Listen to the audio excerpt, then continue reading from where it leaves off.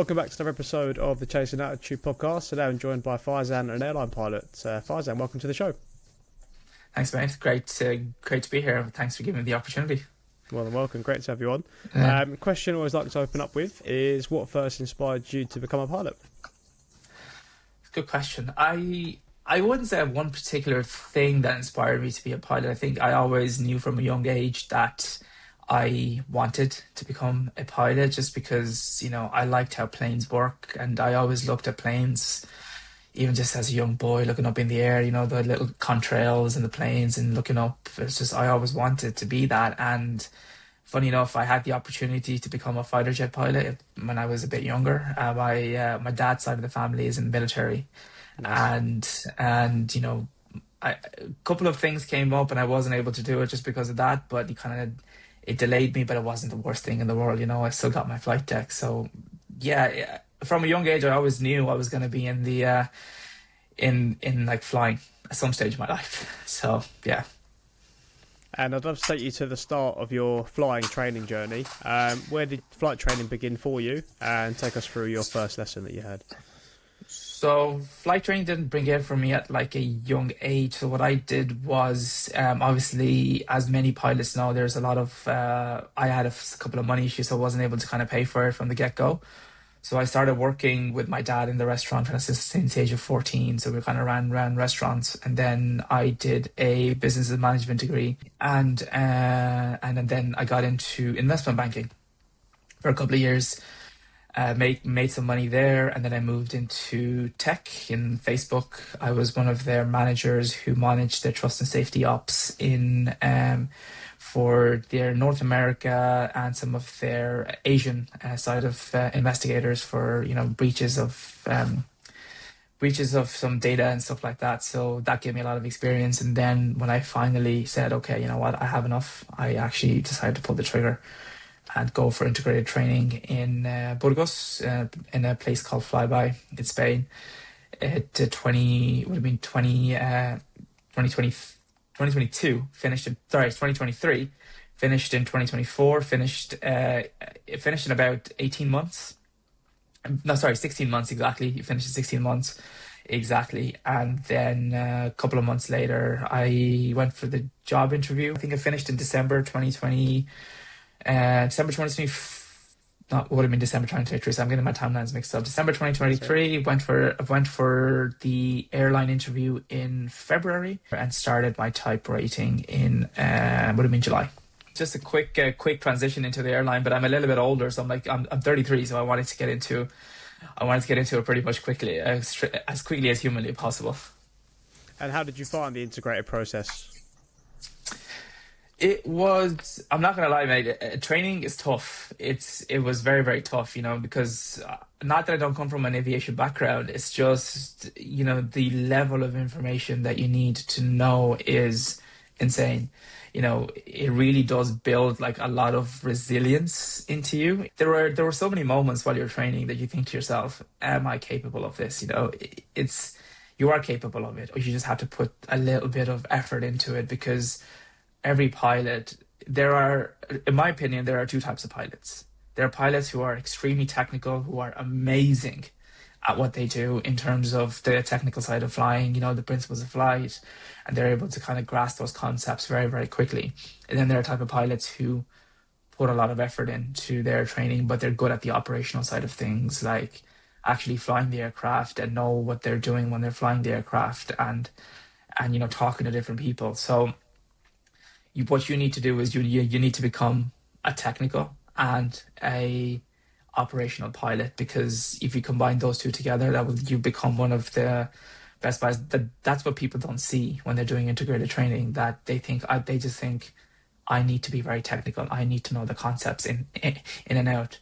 While that's great, you get to pass your exams, but you're not going to have the experience of, yes, how do I put that technical knowledge into practice of actually when you're flying the plane.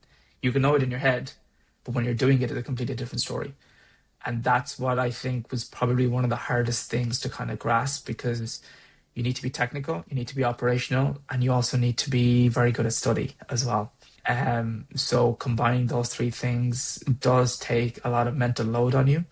Especially, I'm sure you're going to notice this yourself when you get into the ATPLQ, the ATPL questions. Like Principal Flight has like what, 5,000 questions in the bank or something like that, if not more, from what I can remember. I can see you're getting stressed now already thinking about it. So, But all of it to come. yeah, but the thing is, there are ways that you can study. The way I found is by talking to different people, you combine different subjects together to kind of have overlapping subjects. Like an example is uh, performance and principles of flight.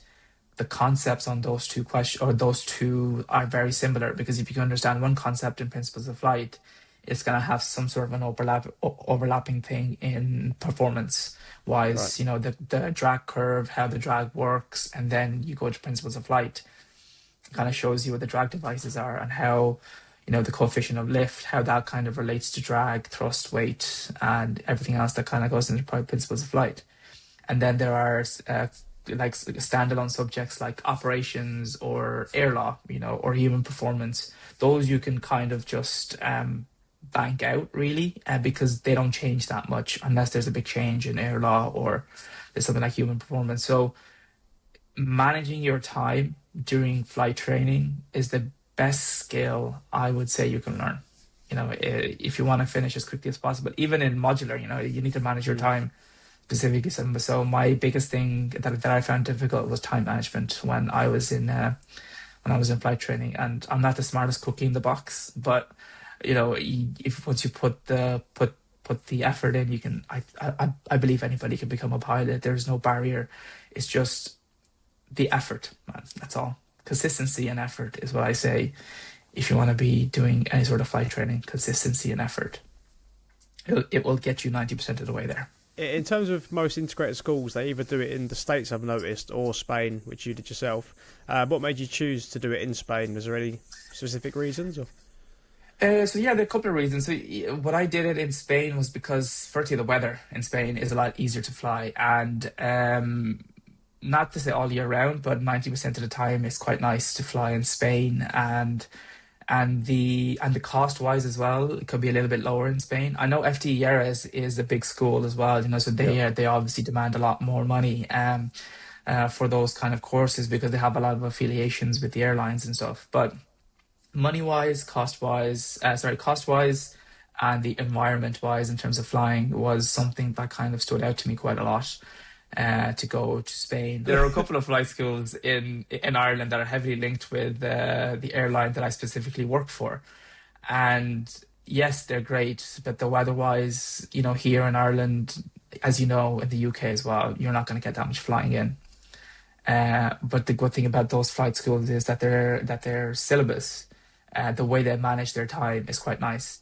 And here in Ireland or in the UK, they might not add the cost of your medical or your your exams, because the flight school I went to, all the costs were included in the money that I was paying.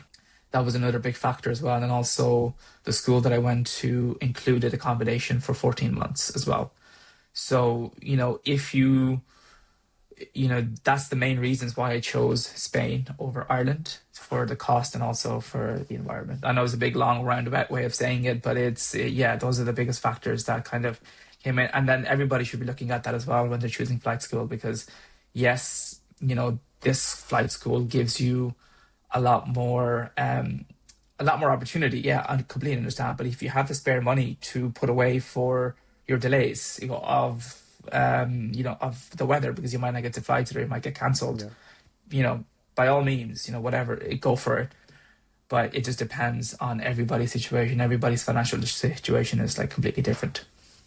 I think the unspoken part of integrated training is probably the more personal side of things, in terms of moving away from family. How did you find that part of thing? Was that not as hard as you thought it was going to be, or did you fly back in certain times? Or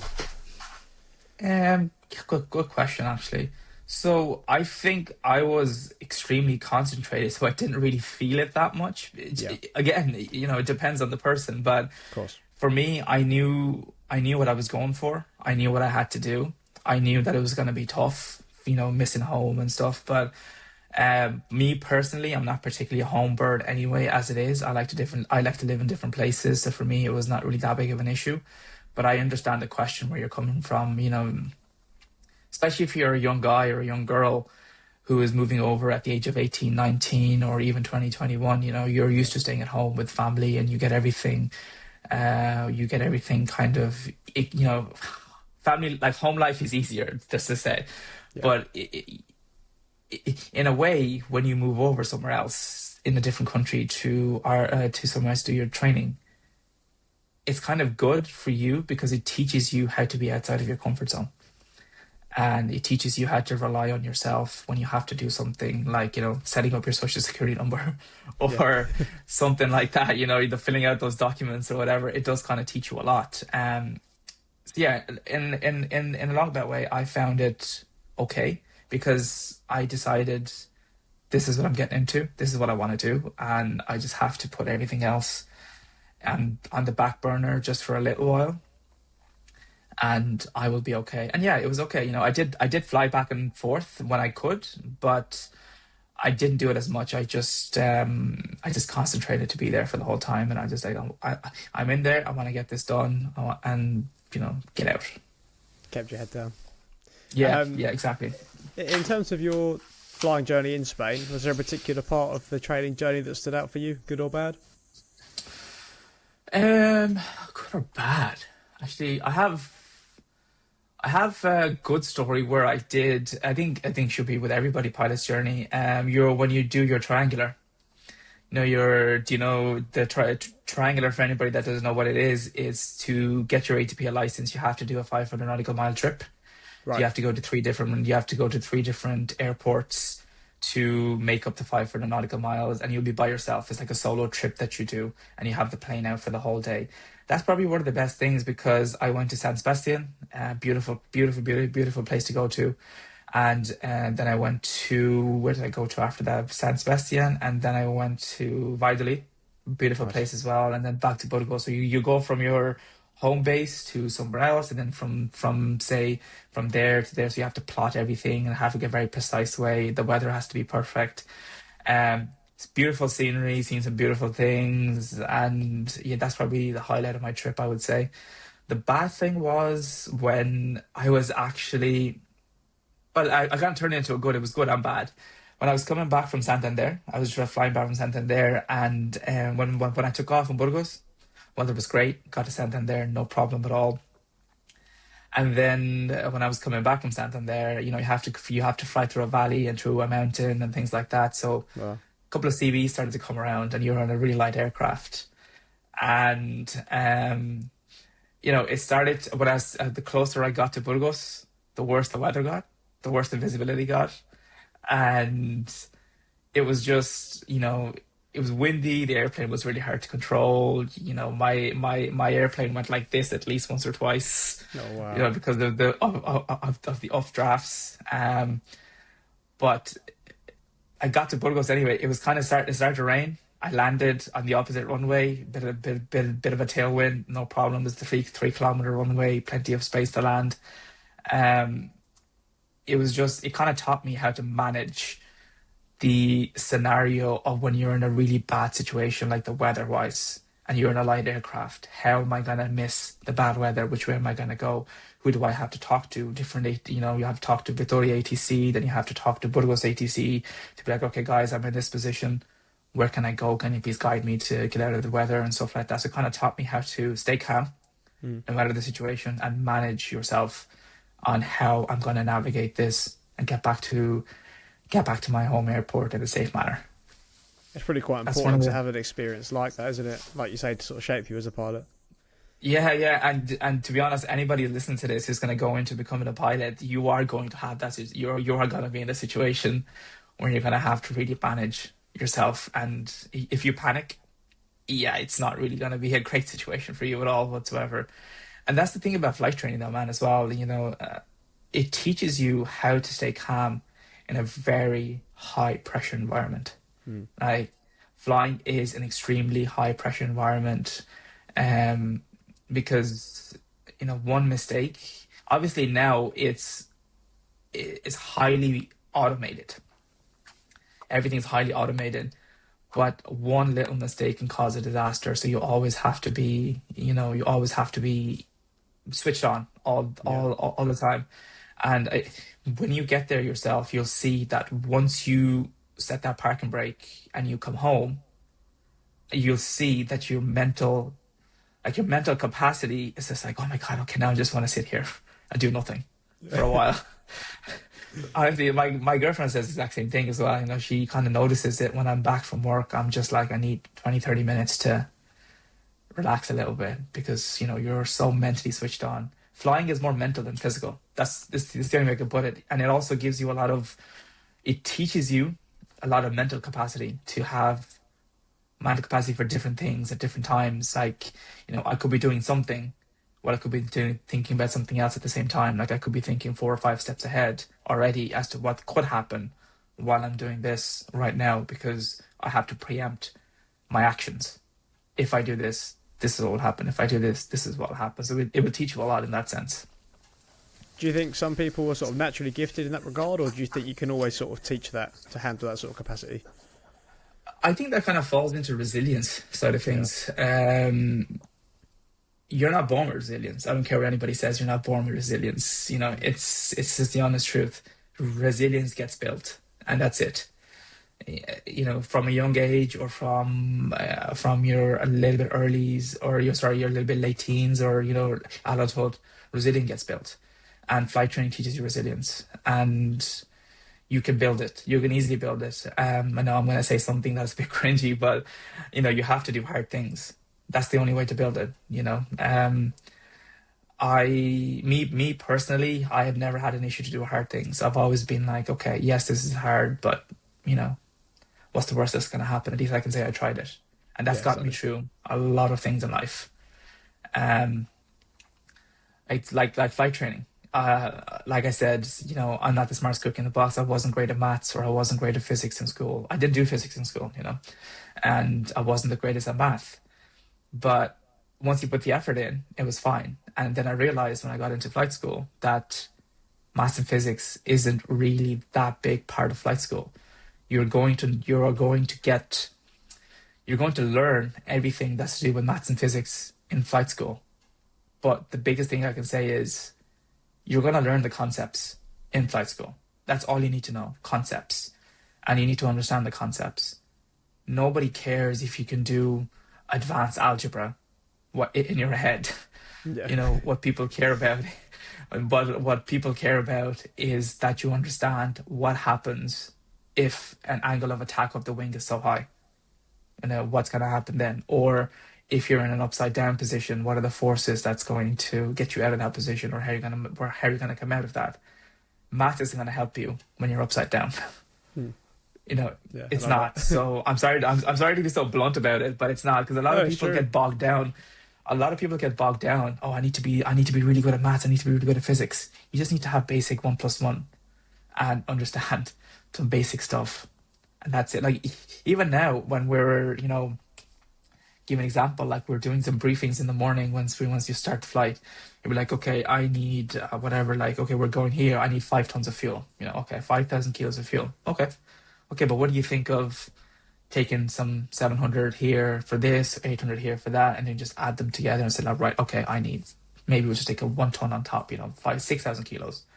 And then when you're doing your performance for landing, it's always just like thinking, okay, so I'm going to land with 2.1 tons. I need 2.7. I'm going to land with 3 tons, but I need 3.7. I have 700 kilos extra for like a go around or something else like that. And then you put that into your performance chart or whatever.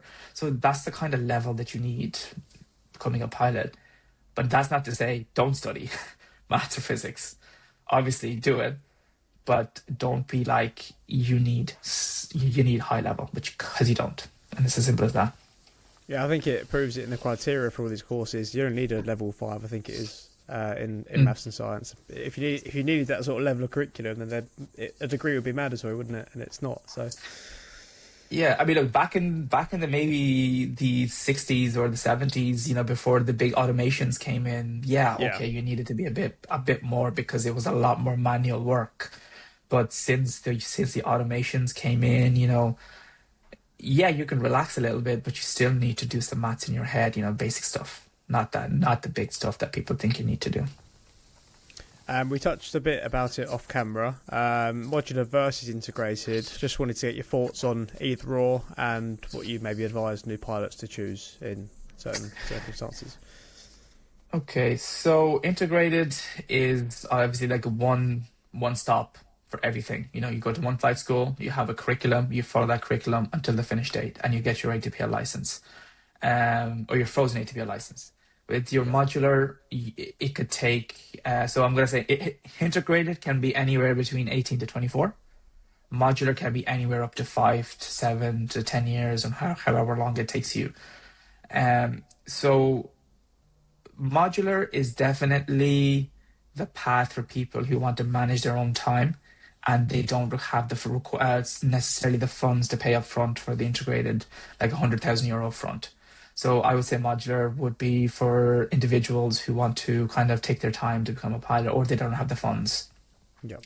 Integrated is good if you're in the mindset of getting your license as humanly quick as possible and you have the funds.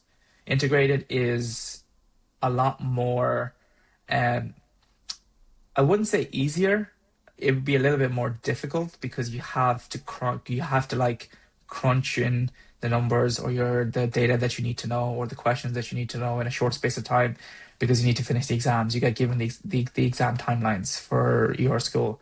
But with modular, you can say, okay, I will do these 3 exams in 4 months' time, and I have these 4 months to study for that. It gives you a little bit better timeline. But I think overall, modular is much harder than integrated. Like we touched on this off topic, because modular requires a level of time management that not very many people have. Yeah. Integrated, it's pretty much done for you by the school. So you just have to follow that timeline. Once your training was completed and you were job hunting, how difficult was it to land your first airline role? So what I did was, before I knew I was going to finish, before I knew, like say a month or two before I knew I was going to finish, I started working on my CV straight away. Okay. I was like, okay, the earlier you get into working on your CV or working on, interview prep or looking at airlines, how airlines do interviews and stuff like that, the better it's going to be, the quicker it's going to be. Because a lot of students come out of flight training and what happens is they think, okay, I'll just apply for it afterwards. It's no worries. I'll just do it afterwards. But then they get to the airline interview and they're sweating and they're nervous because they don't know what's going on. I mean, you can be like that if you're prepped. But airline interviews are not standard. They're, you have to go through 3 different steps. So you have to go through a HR interview, then you have to go to a technical interview, and then, as you know yourself, you have to go through a simulator interview. And that's standard across every airline. And also, sorry, I never added, some airlines will want you to do some online aptitude tests like logical thinking, multitasking, etc. So like I'm not affiliated with this website, but I use pilotpass.com. I'm not sure if you know about it. I haven't heard about it. It's a Pilot Pass. It's got pilotassessments.com as well. You can do it. So it has assessments from different airlines that require different types of different, like logical thinking, multitasking, and all that. So what I did was 2 or 3 months beforehand, I bought like a 60-day package from them. And then I started doing those tests online by myself in my spare time. And then also they have HR interview questions that potentially might come up, and then technical interviews might come up, because, like I said, I'm a little bit older, so I wanted to get into an airline as quickly as possible. That stood to me quite a lot, because once I knew I was going to finish, 2 months beforehand, I started doing everything that I could to get myself prepped for the airlines. And that made it a little bit easier for me to find a job, because I had already made the mistakes on my CV that most people make when they finish flight training. And that takes them a little bit longer to get a job. And that's just my opinion. And then I also got a coach as well, just to kind of do some coaching in terms of interview. He's a great guy, and he kind of taught me quite a lot on how to do interview with the airlines and stuff. He was an Aer Lingus pilot for 40 odd years. He's captain in Aer Lingus, so I kind of got myself a coach. So my advice would be, anybody who wants to become an airline pilot as humanly quick as possible after flight training, you need to at least a month before, go onto a website, buy those logical thinking or those aptitude tests, just do them, in your spare time. It doesn't have to be, don't have to be perfect at it. Get a coach if you can to help you with the interview prep. And obviously there's YouTube. You can learn anything on YouTube. And then also do your CV.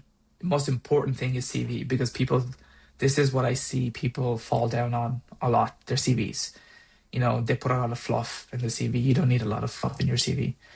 So those are the three things that I would say would be the most important to get into flight school. And that's what helped me to get into get into an airline 3 months after I finished. Is there any tips that you have for the interview itself? Obviously, I know you were prepared, but any tips going into the interview that you can share? Going into the interview, firstly, dress well. Honestly, I've seen some interviews, and I've done some interviews myself when I was in investment banking, and your first impressions count. Don't go in with your tie half down like this, your button open. It doesn't send a good impression. I'm sorry to say that, but groom yourself, make yourself look nice. The other thing would be do your research on the company, know what you're getting into. Even if you haven't flown the aircraft, which many cadets don't, just do your research. Go to YouTube, find the aircraft, learn basic stuff about it. Third thing would be make sure your HR interviews are prepped properly. Don't just say, tell me about yourself. Oh, I like to play football and I go out with my mom. I'm sorry, but that's not really an answer. I know lots of people who fall down in interviews with that. And, the interview doesn't want to know about your personal life. The interview wants to know why you're motivated to be in this job. Are you the right person that a captain would like to sit beside for 4 or 5 hours at a time? What I kind of find as well is in interviews, the other person is not trying to trip you up. They're not trying to trip you up. What they really want to see is whether you are trainable and whether you listen to instruction well and apply that instruction. And this will be more predominant in your simulator check, where it's okay to make a mistake. It's no problem. But if the instructor tells you, what should you do here instead of this, and you have the answer ready to go, that's all they care about, because they know that you were thinking, okay, I made a mistake, but this is what I should have done. So that would be kind of my biggest thing, to be like groomed, know the aircraft you're going to fly. You don't need to know it to a very high standard, but just some basic stuff. And the HR interviews, make sure that you give an answer that is predominantly related to, obviously show your personality, but make sure it's more related to the job that you're going for. And they will ask you questions about competency-based. Tell me about a time when you had a hard time or when you had a conflict or whatever. Make sure that you know the answer to that inside out. Because if you start making stuff up on the spot, these interviewers will know straight away and you'll be caught out. Yeah. And they might ask you about some technical stuff or, things like that. Just don't try to, I'm sorry to say this, but don't try to bullshit them because it won't work. That's the best advice I can give. Groom, make sure you know the aircraft, and be trainable. Be the person that you will take instruction well. And once you smashed your interview, how was the first day flying paying passengers? So before we get there, you have to go. So before we get there, type rating obviously is a big thing as well. Would you like to talk about the type rating, or of course, go ahead, mate. Definitely. So go ahead. So like anybody who is in the aviation is non-aviation related, what you have to go through in every airline that you go to is a type rating. A type rating is essentially a license you need to get to fly the aircraft. What that type rating includes is ground school, where you need to know the aircraft pretty much inside out. You need to know the manuals, you need to know everything. And you get tested, and then you move on to simulators, where you get to fly the aircraft and get the feel for the aircraft, the different procedures or different things that airlines have. And then you move on to full flight simulators, which simulate the real aircraft, where you will do maneuvers like the stall, engine failures, and everything. That kind of gives you an idea on how the aircraft moves in a different way. And once you pass that, it's called you have to do an LST, which is license skill test, which means that you will officially get the type rating onto your CPL, which means you're allowed to fly that aircraft then. And that's the best way I can put a type rating in like a short space of time. So after you finish type rating, what then you will get is line training, which means that you're a cadet sitting with a line training captain who will be evaluating you and teaching you at the same time how to fly the aircraft in the real world operational environment. So it depends on every airline. Some airlines have hour requirements, so you need to be at 100 hours, and some airlines have sector requirements. So the airline that I work for had a sector requirement of 68 sectors minimum and up to 100 sectors. So once you are getting close to the 68 sectors, you have to go through some courses, like some talking points, like how does the depressurization work, pilot incapacitation, things like that. Every airline has different ones. And once you get close to the sector or the hour requirements, what you will then do is the line training captain will suggest or will put you forward for a check, which means that you'll be checked by another training captain to see if you are ready to be released to the line fully. Ready to release to the line means line flying with normal captains, not with line training captains, and you're not doing training anymore. So that could be the whole process from type rating to the line check. It could take 6 months, it could take 7 months. It depends on the airline, how busy they are. Me personally, I did the type rating in the space of 2 months, and then line training, I had to wait 2 or 3 months before I got my line training assigned to me. And then line training took in and around 2.5 months for me. So the whole process took about 4 or 5 months for me.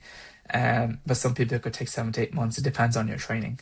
So that's kind of like the process before, you are released you're released on the line to fly normal passengers. The question that you asked me on what was like flying my first set of passengers, it was a bit daunting. I'm not going to lie. My first flight I remember was to Fiumicino.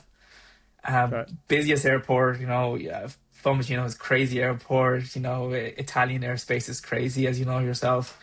And it's my first day the funny thing was, it was a full flight. We never had a full flight, like a full flight. So we had 198 passengers on board. So you get there, and the captain is amazing. I'm friends with him now. The captain now that trained me in my first line training, I'm really good friends with him now. And super nice guy. I wasn't as daunted as I thought I was going to be, because once you get into the flight deck, your type rating kicks in. Your muscle memory kicks in. Because you've done this so much, so your muscle memory kicks in. Obviously, you make mistakes. It's your first flight. You're going to make mistakes. It's the end of it. I made stupid little mistakes that I wouldn't have made in the type rating, but hey, it's just nerves. It's normal. And the line training captains expect that as well, so that's why they're there. And yeah, it was a great experience, man. Landing the aircraft in Fiumicino, and the first time properly landing the aircraft as well. I went fully manual at 4 miles. Nice. Flew it in, and I have to say, for me, it was a nice landing. So for me, it was quite nice. Not biased or anything. No, I'm not biased. It wasn't butter or anything, but I got the aircraft on the ground nice. Yeah, it was. I still remember it vividly. It's a great experience. Once you hit that toggle button for takeoff, set takeoff thrust, you hit that toggle button, everything just kind of goes away. You're just in the zone. The best experience I've ever had. Yeah, I can imagine. Yeah. Obviously, now you've been flying for a little while and you're very experienced in doing so. Are there any misconceptions about being an airline pilot? Misconceptions, a lot of them. I'm not gonna lie, mate. I'm very straight. I'm very straight up and honest about this. Yeah. People think that airline pilots have this great lifestyle, that you're flying one day here, you're flying one day here, and don't get me wrong, it's great. I love my job. I wouldn't do anything else in the world. It does take a toll on you mentally, because the fact that you're always up in the air, the fact that you're mentally tired all the time, you have less time to do things that you usually would like to do. Again, that's where time management comes in. You have to manage your time quite nicely when you're an airline pilot. It's different. I'll give you a kind of breakdown in short haul and long haul. So Yeah. short haul with the airline that I work for is, I wouldn't say easier, but a lot more demanding on you mentally, because what you do is you do like a 4 sector day. So you fly from, say, Malaga to Barcelona, and then you have 30 minutes to do a turnaround, you know, to get the aircraft ready for it to come back. You know, you're constantly going from one place to another. You could be flying for, I don't know, like a 13-hour duty, you know, 13 hours in one day. And you're doing lots of landings and lots of takeoffs and lots of approaches. And that could be mentally draining on you, because, you know, you have to be switched on so much for 13 hours. Yeah. And you have to do it again the next day. So it can be daunting on that. In terms of long haul, you're going to do 1 sector, which is about, depends on where you're going, could be between 8 and 12 hours.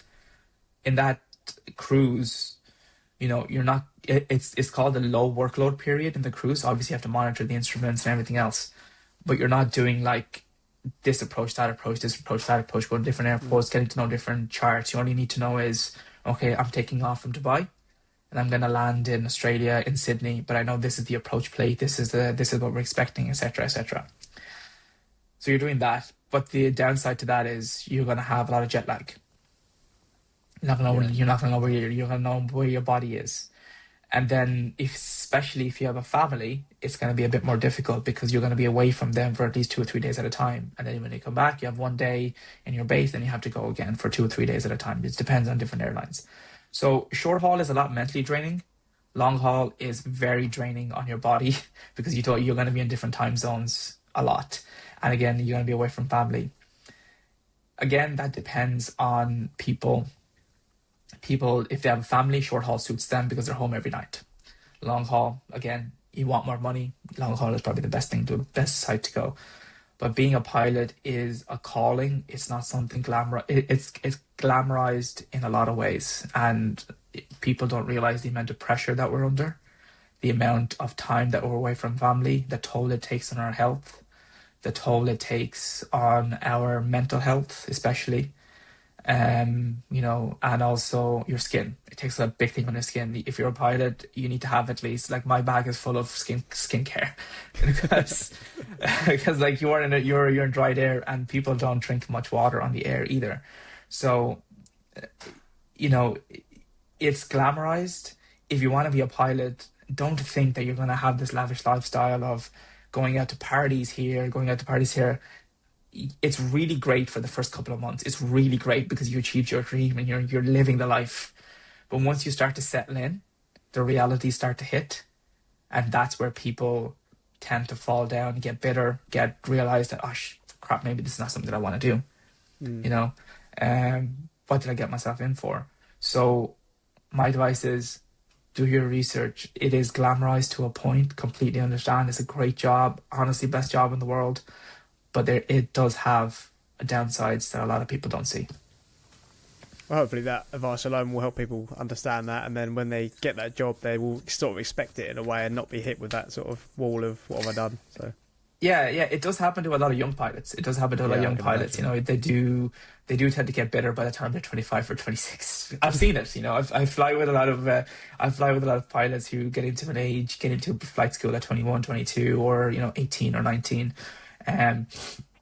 Just kind of finish off on that point as well. It's what I always suggest to anybody who wants to become a pilot, and I know some people don't like to hear it, but get a job in McDonald's, get a job in a hospitality environment, get a job in a library. It doesn't matter.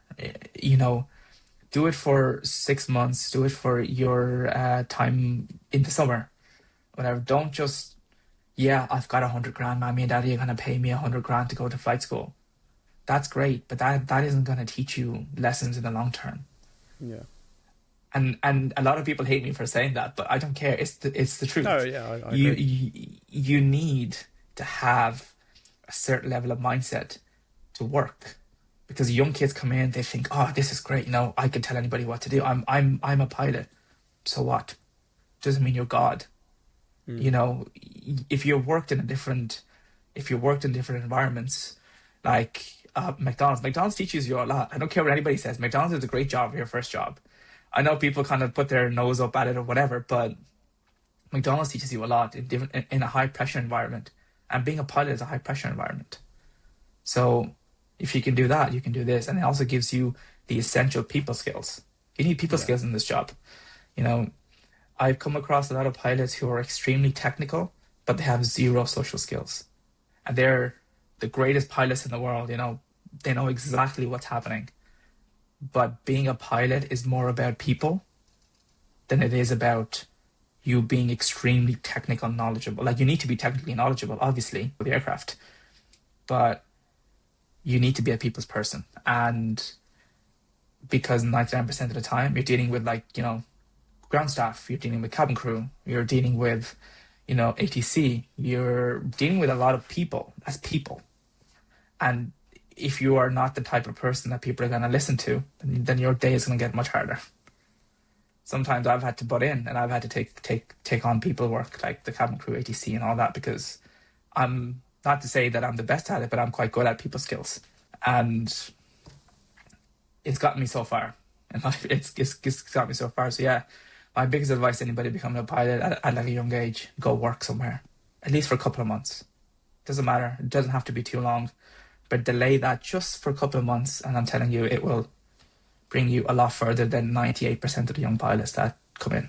I'd love to talk to you about aircraft specific as well. Obviously, you fly the 737. What's the best thing about the aircraft that you found, and one thing you'd change if you could over your time flying it? Okay, 737. So 737 is probably the most least automated aircraft in the industry at the moment. It is it's probably the last. Excuse me. 737 is probably going to be the last aircraft that is manual. It's like a big Cessna. It really is like a big Cessna. That's the only way I can put it. It really is like a big Cessna. My favorite thing about the 737 is the manual side of it. When you disconnect, you actually feel the aircraft. You know, if the wind hits you a certain way, you feel it. Yeah. The worst thing about it is it's too manual sometimes in a high workload environment. Double-edged sword. And, yeah, it is like a double-edged sword. It really is. For me, you either love the 737 or you hate the 737. I kind of have a love-hate relationship with it, because, give you an example, like Airbus, okay? With the Airbus, you choose the approach. Say you want like Bailin 5 Hotel, Volt Bay 2 Alpha for runway 13 in Malaga. Okay, that's the star, and that's the ILS approach, right? You put it into the Airbus, you choose it in the FMC. Everything is done for you. You don't need to do anything. The aircraft will fly it down perfectly. So now we come to the 737. You have to choose it in the FMC. You have to set the frequency. You have to set the courses. You have to set your minimas. You have to go into the FMC to change the approach into the way you want it, because it could be shortcuts. So you preempt the shortcuts and you kind of do everything. So again, you can see the amount of workload needed with an Airbus versus a 737. And it teaches you a lot more mental capacity. Everyone should fly the 737 once in a lifetime. It is honestly a great aircraft. It really is. It really is. It's one day you will do the best landing of your life. Second day it will teach you a lesson. Workshop. That's the thing. Like, yeah, exactly. That's the best way I can put it, man. I want to ask you in terms of destinations as well. I know you touched on it off camera. Favorite place to fly and least favorite to fly, if you have one. Least favorite Stansted, probably. Stansted, probably. My favorite place to fly. Oh, that's a good one. In a way, I think it's Dublin, because it's home.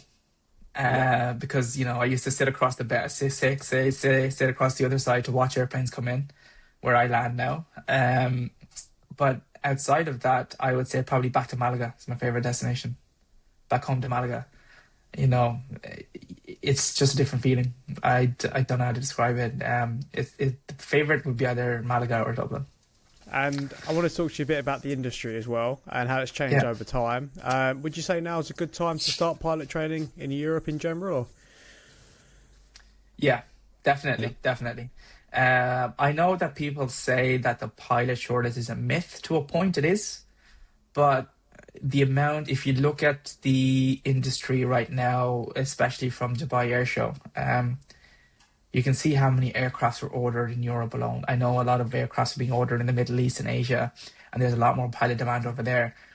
But right now, European market is getting quite big. It is a little bit saturated, but it's getting quite big. Right now is probably the best time to become a pilot.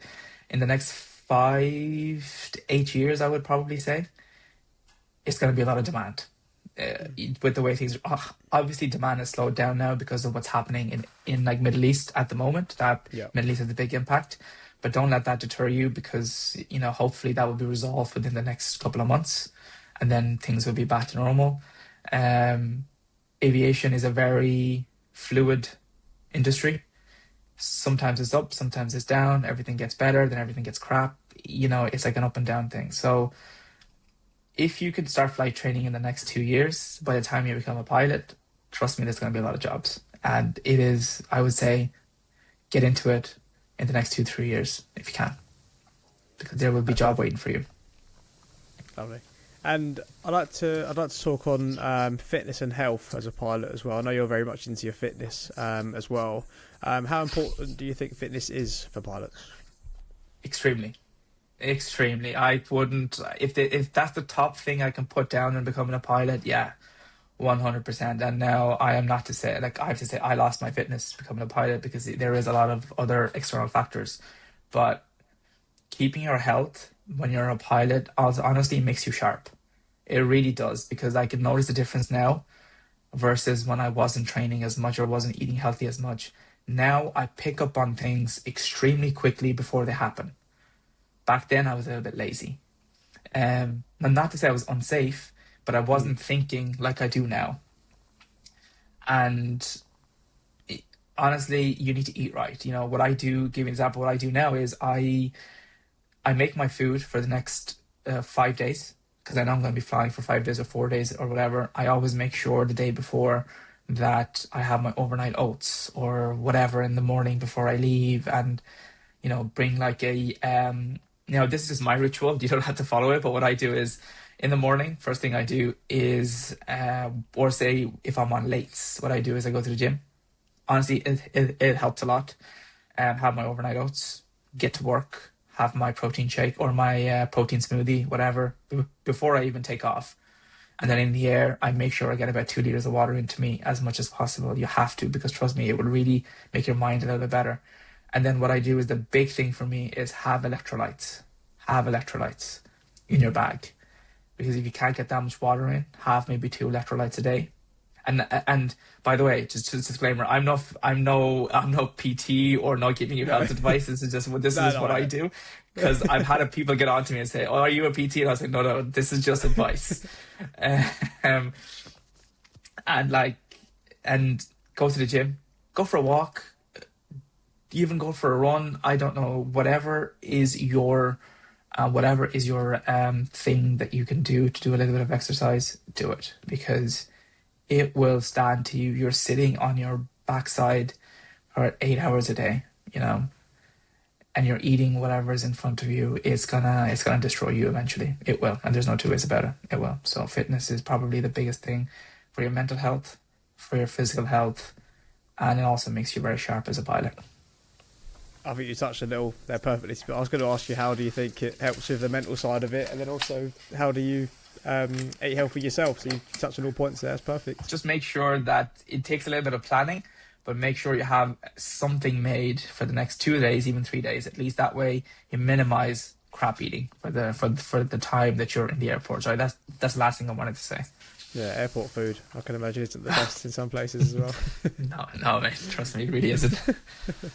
I'd love to talk to you about your own project you have coming up as well. Obviously some sort of mentorship program. Would you like to talk a bit about what you're starting? Yeah, so what I'm training in right now is hopefully going to release it next week. It's going to be pilot coaching. It's not going to be for people who are already in the training, but I'm happy to take them on board if they require some sort of guidance in that perspective. But it's initially for people who want to become pilots, who don't know who don't know where the best school is for them and where they need to go and what type of things they need to ask a flight school. So what I'm going to include in it is a call, an initial call to get to know you a little bit for 15 minutes, get to know your motivations and where you want to go. And then what I'm going to do is maybe for a 4-week or just an initial call after that for an hour, 1 hour, 30 minutes. What I'm going to go through is, ask you about your situation, what age you are, what's your, not your financial situation, but just like, are you willing to do modular or are you willing to do integrated? It depends on your situation.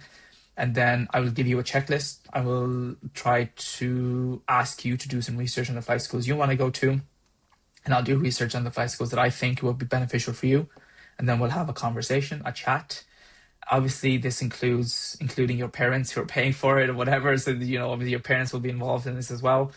And what I'm going to do is I'm going to give you a blueprint as to what to ask for, where I think you should personally go, and what I think you should look out for in flight schools, and the types of flight schools, whether you should go to and whether it's good for you to go integrated and modular, and give you some timelines.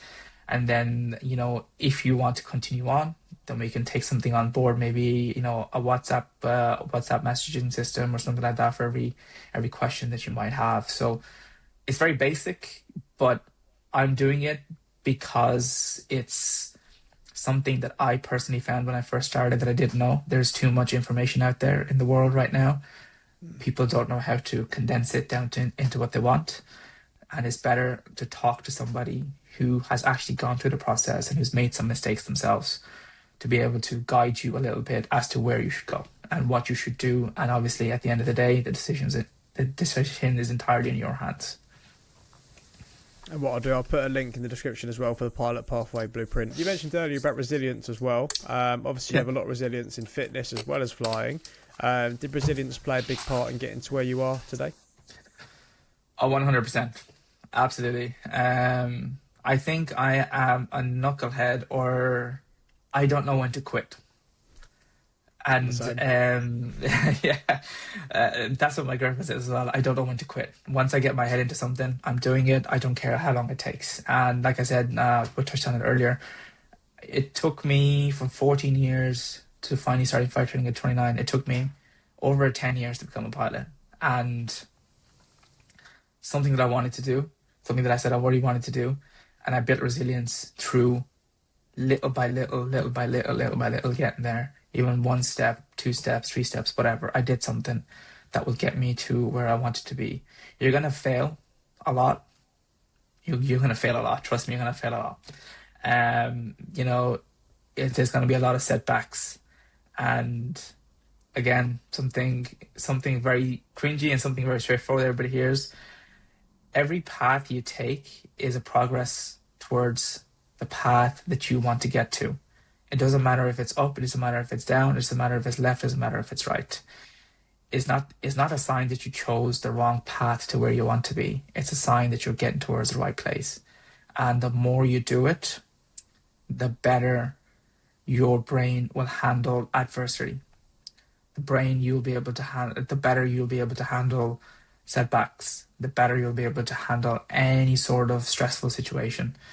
Again, I read this in a podcast, and I listened to a lot of Andrew Huberman and other things about Dario, the CEO. I listened to a lot of that. Yeah, likewise. And it's great. I learned a lot from them guys. And the biggest thing I learned is when you do hard things, your hippocampus in the front is, when you're used to being lazy, your hippocampus, I can't remember the exact brain, that the muscle in your brain is lazy. So it deters you from doing hard things. The more you do hard things, the bigger that muscle in your brain becomes, the easier it is for you to do hard things. And I'm a big adversary of, I'm a big advocate, not adversary, a big advocate of consistency. Consistency. I don't care what anybody says. You could be not the smartest person in the room, but if you're consistent, you're going to get the result that 95 or 99.9% of people won't even get. And I don't mean to sound bad when I say this, and I'm going to say it. It is true. This generation is lazy. They don't know what hard work is. And you could put this in, sorry, it's just the way it is, it's this generation is lazy, man. There is no hard work. You get the one sign of trouble and you're running away from it. Yeah. I'm sorry, but you want something, you're not going to get it like handed it to you. You're not. It's as simple as that. You're not going to get it. You're going to have to work for it, especially becoming a pilot. you're gonna get kicked down 100 times, but the 101 time you're gonna become a pilot. It's as simple as that. There is no other way to put it. You need to do hard things on a daily basis. Like every single day, I do something that I hate doing on purpose, because it builds my own inner resilience, and this is how I got to achieve anything and everything I've ever wanted. I never let hard work get in the way of what I really, really wanted to do. I totally agree in terms of the generation being lazy. I think the only positive of that for people that have a good work ethic is you stand out quite quickly. That's what I'd say. It's one of the only positives, but obviously it's not ideal. But if you have got the work ethic, you're going to make it anyway. And I think the bar is almost so low now that in some work rate and stuff like that, it's just it's crazy. 100% true, mate. The bar is so low, you can do whatever you want especially nowadays. Especially nowadays, you have ChatGPT, you have Claude, you have so many things that are there for you. That is, you would, like in our generation, we never had it. We had to look at books, we had to do our own research. But now, at a click of a button, you have everything for you. If you want to do something, let the AI do it for you. Learn AI. 100%. Yeah. 100%. ChatGPT all the way. I wanted to ask you as well, with everything you've learned along the way being a pilot, what kind of pilot do you aspire to be? Oh, good question, mate. That's a very good question. What do a pilot kind of aspire to be? Do I aspire to be? I aspire to be a pilot who helps people get to their dreams of becoming a pilot, and also help them in their own way. Me personally, I don't ever want to be the guy who thinks he knows everything. There's always, in this industry, there's always something to learn. You're never going to know everything, and that's the end of it. And once you start thinking you know everything, you're on a downhill path straight away.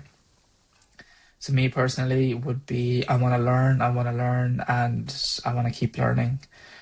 For me personally, for my brain, for my health, for everything else, in terms of helping people, I have this big calling to myself. I don't know what it is, but I have this big calling that I want to be a mentor. I want to help other people achieve what is possible, or what isn't impossible in their head. What is impossible in their head, because it's possible.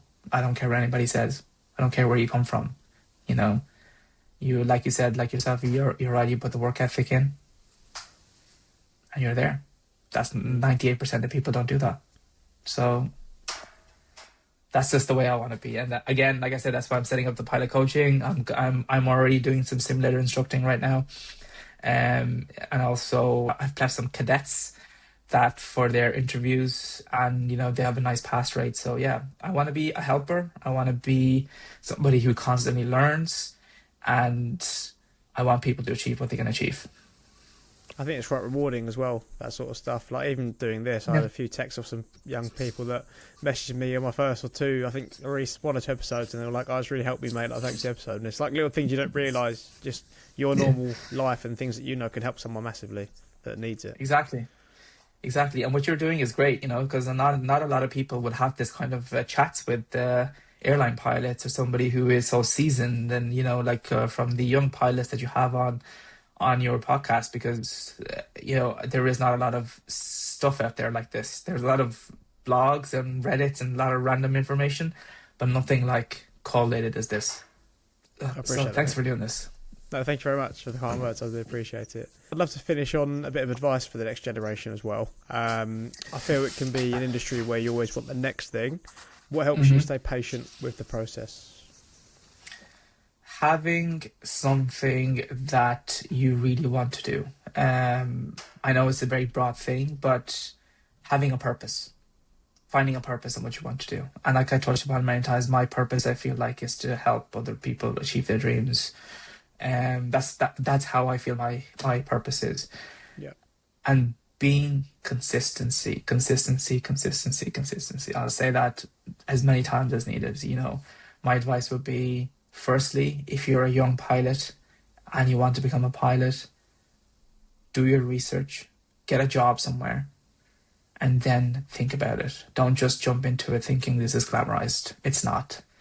It's a great job, best job in the world, best office in the world, but it will test you on a daily basis. Every 6 months basis as well. You know, every 6 months you get tested. So you do get tested every 6 months, and on a yearly basis you get tested on your health. So you're signing up to be tested every 6 months on a yearly basis. You're signing up to constantly learn. Once you get in, you can't relax. You can, but you know, when you're in a job, you can't relax. And if you are working towards this dream, just be consistent. You're going to fall down 100 times, but the 101st will be the time you become an airline pilot. And it's not easy. I know it's not easy. I've been through it. I've gone through it. I know where you're sitting. I've had so many doubts. I nearly gave up becoming a pilot because I thought I wasn't strong enough, or I thought I wasn't smart enough. But consistency kept me. And if you can keep that consistency and keep it in the forefront of your mind, that's where I want to be, that's where I want to sit, then you can do it. And the last thing I'll say is, get yourself a mentor, or get yourself somebody who's been in your position, who you can, you know, have a sounding board to, and who can be your sounding board. And that will alone put you ahead of 99% of the population who want to become here. And I know it's easier said than done. You need to find your research. You need to do your research. You need to find somebody. And yeah, that's. I know it's a long-winded giving advice, but yeah, that's just my advice, mate. It's honesty, consistency, hard work. Keep your purpose in front of you at all times. That's perfect. I think it's been a great conversation, Matt. I really, really appreciate your time. If people want to follow your work, where's the best place to send them?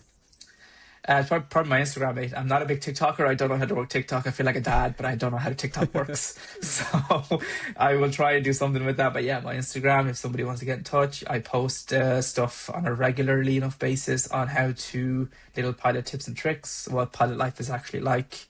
And I try and give no frills advice. You know, I don't try to glamorize everything, but yeah, if it's straightforward advice is what I try and give. So yeah, at pilot Faizan.travels on Instagram, and yeah, hopefully soon I'll put up a link on how to, you know, if you want to work with me on a one-to-one basis. And we never touched on this. I never told you this. Just very quickly, I also have a book that I wrote. Oh, wow. It's in my Instagram bio.